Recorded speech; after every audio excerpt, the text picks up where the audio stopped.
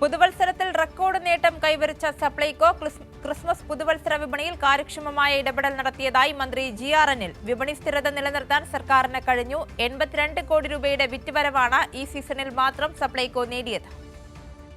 Christmas പുതുവത്സര സീസണിൽ ഓണക്കാലത്തതിന് സമാനമായ വിപണി ഇടപെടലാണ് സപ്ലൈകോ നടത്തിയത്.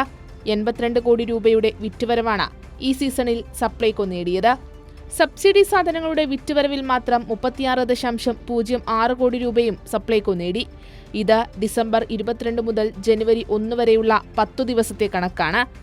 കാര്യക്ഷമമായ വിപണി ഇടപെടൽ പ്രവർത്തനത്തിലൂടെയാണ് ഉപഭോക്തൃ സംസ്ഥാനമായ കേരളത്തിൽ ഉത്സവവേളകൾ ഉൾപ്പെടെ വിലക്കയറ്റം ഉണ്ടാകാതെ വിപണി സ്ഥിരത നിലനിർത്താൻ സർക്കാരിന് കഴിഞ്ഞത്. ഈ സീസണിൽ സപ്ലൈകോയ്ക്ക് 82 കോടി രൂപയുടെ വിറ്റുവരവുണ്ടായി. അതിൽ 36.6 കോടി രൂപയാണ് സബ്സിഡി സാധനങ്ങളുടെ വിൽപ്പന. ഡിസംബർ 22 മുതൽ ജനുവരി 1 വരെയുള്ള 10 ദിവസത്തെ കാലയളവിലെ കണക്കാണ് ഞാനിപ്പം പറഞ്ഞത്. ഇതിൽ ഡിസംബർ 25 അവധിയായിരുന്നു. ഡിസംബർ മാസത്തിൽ ഇതുവരെയായി 200 കോടിയിലേറെയാണ് സപ്ലൈകോയുടെ വിറ്റുവരവ്. സംസ്ഥാനത്ത് തെരഞ്ഞെടുത്ത 6ഇടങ്ങളിലുണ്ടായ സപ്ലൈകോ ക്രിസ്മസ് ന്യൂ ഇയർ ഫെയറിന് പുറമെ താലൂക്കുകളിലെ സപ്ലൈകോയുടെ പ്രധാന വിൽപ്പനാശാലയും ക്രിസ്മസ് ഫെയറായി പ്രവർത്തിച്ചിരുന്നു. കൈരളി ന്യൂസ്, തിരുവനന്തപുരം.